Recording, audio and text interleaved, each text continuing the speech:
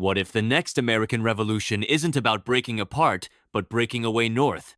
In a twist no one saw coming, millions of US citizens are now looking to Canada as a political lifeboat fed up with high taxes, decaying infrastructure, and federal dysfunction. With recent data from 2023 to 2025 exposing shocking gaps between what the states give and what they get, a silent rebellion is brewing. From coast to coast, voters are asking, what if our future isn't with Washington, but with Ottawa? We're talking about states where up to 70% of residents openly favor Canadian-style governance, universal healthcare, stronger safety nets, and better trade terms. Is this still America? Or are we watching the birth of the United States of Canada? This isn't satire. This is backed by hard data. What's shocking is how close some states already are. And by the time we hit number 1, you'll be asking, could my state be next? Number 10, New Hampshire small state. Big rebellion. New Hampshire may not share a border with Canada, but culturally and economically, it's practically in the same room. This small New England state known for its live free or die motto, also home to some of the most independent-minded voters in the country. While its tax structure remains appealing, zero income or sales tax, many residents are growing increasingly disillusioned with federal policies, especially in areas like healthcare and education. Surveys from 2024 show a surprising trend. Over 30% of New Hampshire voters are open to the idea of closer ties, even alignment with Canada's more robust welfare systems. Many point to skyrocketing medical bills, inconsistent federal funding, and climate inaction as reasons they feel alienated from Washington. Could Canada's model be the antidote? For an aging population in need of affordable care, the appeal is real. New Hampshire also plays host to a unique brand of Yankee pragmatism. Despite its libertarian leanings, it has seen rising support for environmental protections and gun safety areas where U.S. federal law continues to stall, while Canadian policy leads. For many, the maple leaf represents not socialism, but sanity. And while state secession remains unlikely in constitutional terms, political theorists warn that persistent dissatisfaction could lead to regional coalitions, lobbying Ottawa for economic alliances or social safety pacts. Sound crazy? Maybe. But this is only the beginning. Number 9. Alaska. Think Alaska is too far removed to make the jump? Think again. In 2024, Alaska faced one of its worst fiscal crises in decades. Oil revenue sunks, the lifeblood of its economy plummeted 20%, destabilizing budgets and causing widespread service cuts. With just 731 residents and vast infrastructure needs, many Alaskans have begun asking an unthinkable question: what if we'd be better off with Canada? The numbers back it up. Almost 50% of surveyed Alaskans in early 2025 said they believe Canada's northern governance model centered on local autonomy, Indigenous inclusion, and environmental stewardship offers a more sustainable future than Washington's boom-bust resource politics. And let's not forget, Alaska's Indigenous communities share stronger cultural ties with Yukon and British Columbia than they do with D.C. Trade links are also deepening.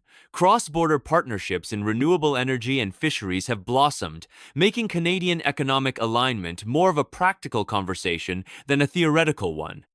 When your largest trading partner is already your closest cultural cousin, what's stopping the shift?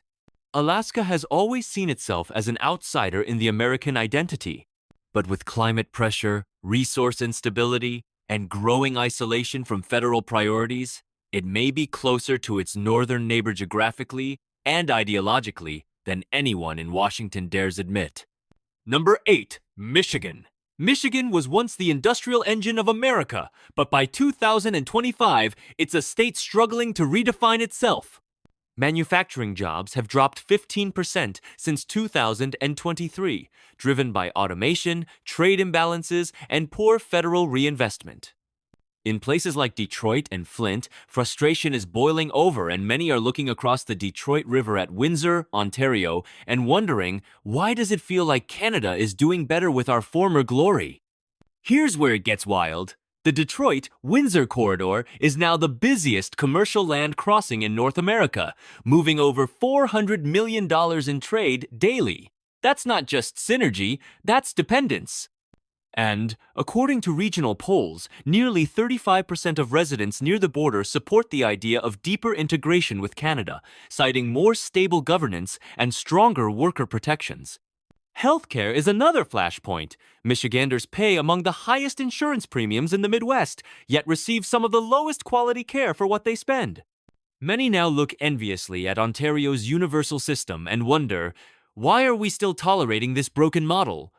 For those already crossing the border for prescription meds, the answer seems obvious. As political division grows within the U.S., a practical alliance with Canada could become more than just a fantasy. It could become Michigan's economic lifeline, and that should terrify D.C. Number 7, Minnesota. Minnesota is polite, but it's not passive. With its Scandinavian roots, progressive social values, and intense pride in local governance, it's one of the most Canadian states in America already. In fact, around 40% of Minnesotans, according to recent 2025 poll support, exploring closer ties with Canada, including expanded cross-border health initiatives and trade partnerships. The state's economy, while stable, relies heavily on cross-border commerce, particularly with Ontario and Manitoba. In fact, Minnesota exports over $10 billion in goods to Canada annually, from machinery to agricultural products.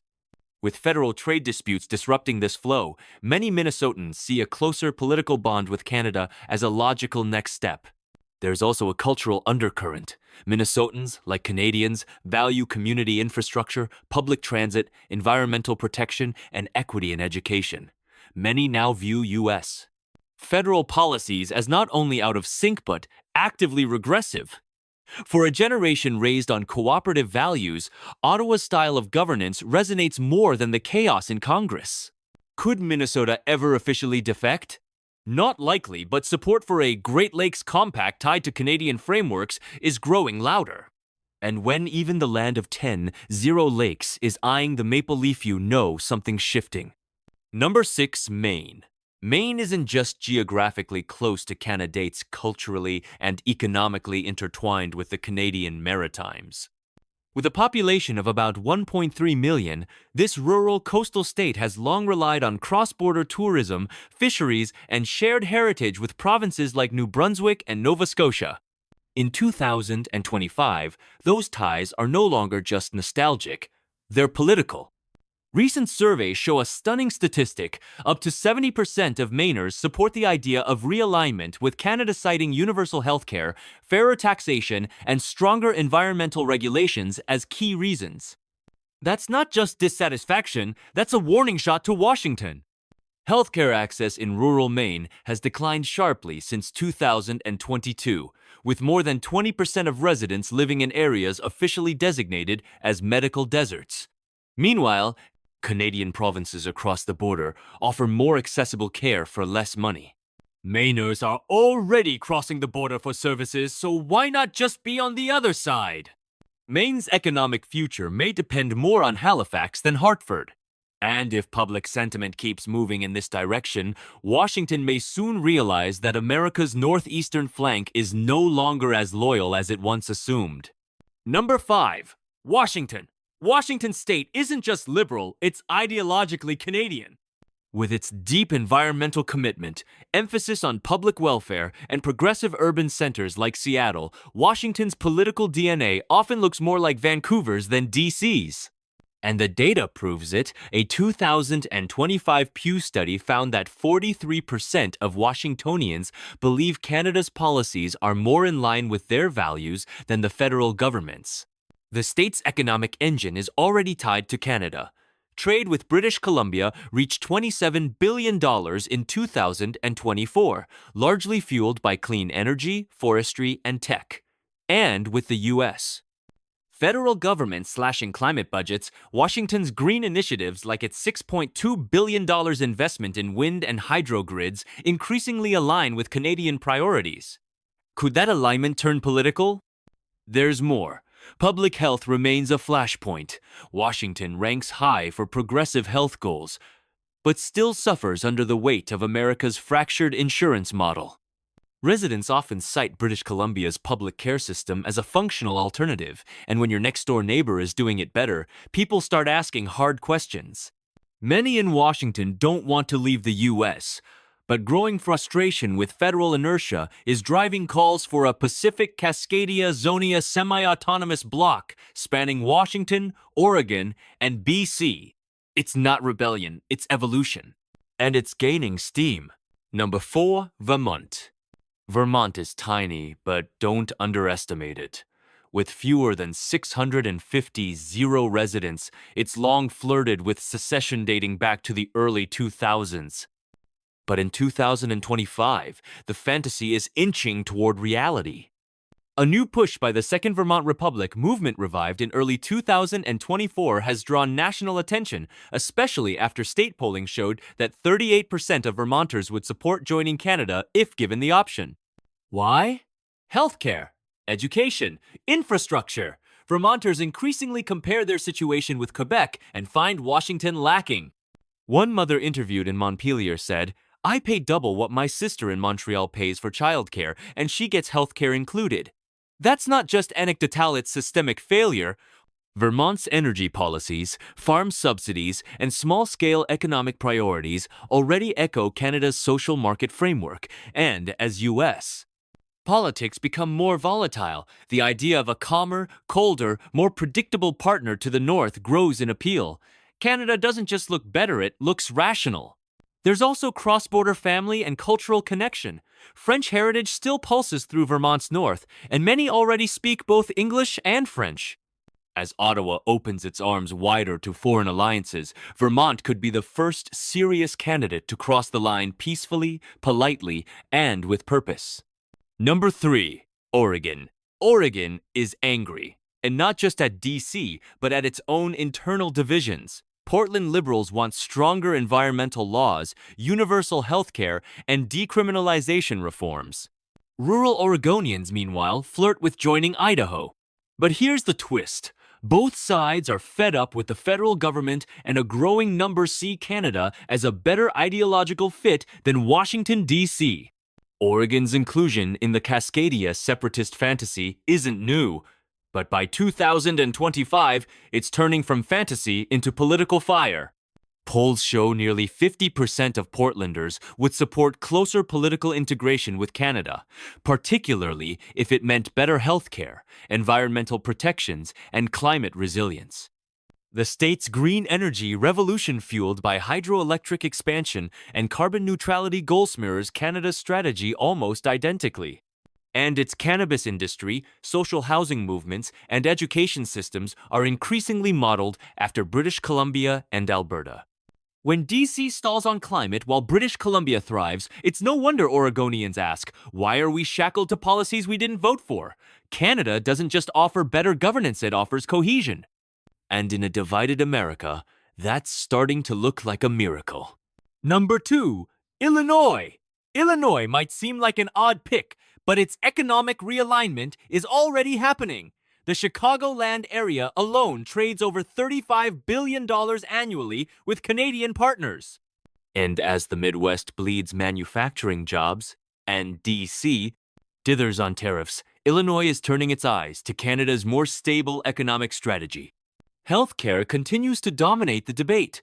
A 2025 University of Illinois poll revealed that nearly 60% of respondents favor Canadian-style single-payer health coverage over America's fragmented mess. That's not ideological, it's financial survival. Illinoisans are tired of bankruptcies over medical bills, broken safety nets, and aging infrastructure. Chicago's globalist identity also plays a role. It sees itself as a cosmopolitan capital, not a pawn in rural federal politics. And as D.C. continues to gridlock, Illinois is taking foreign policy into its own hands, hosting direct trade forums with Canadian ministers and lobbying for shared climate compacts with Ontario and Quebec.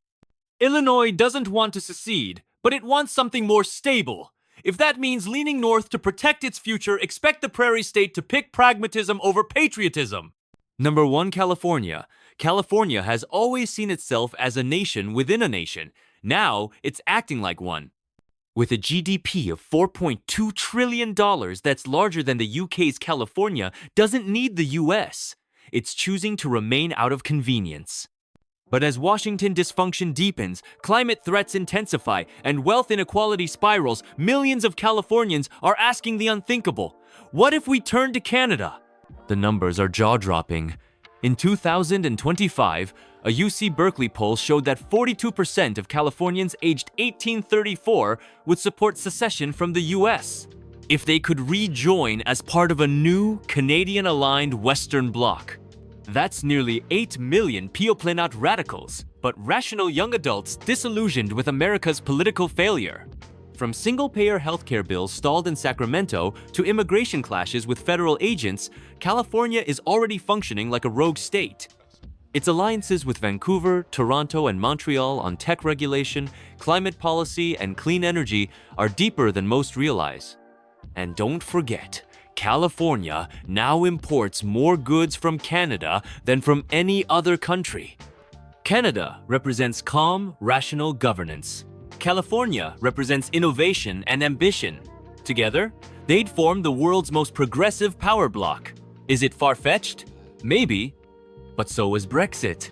So was the Soviet collapse.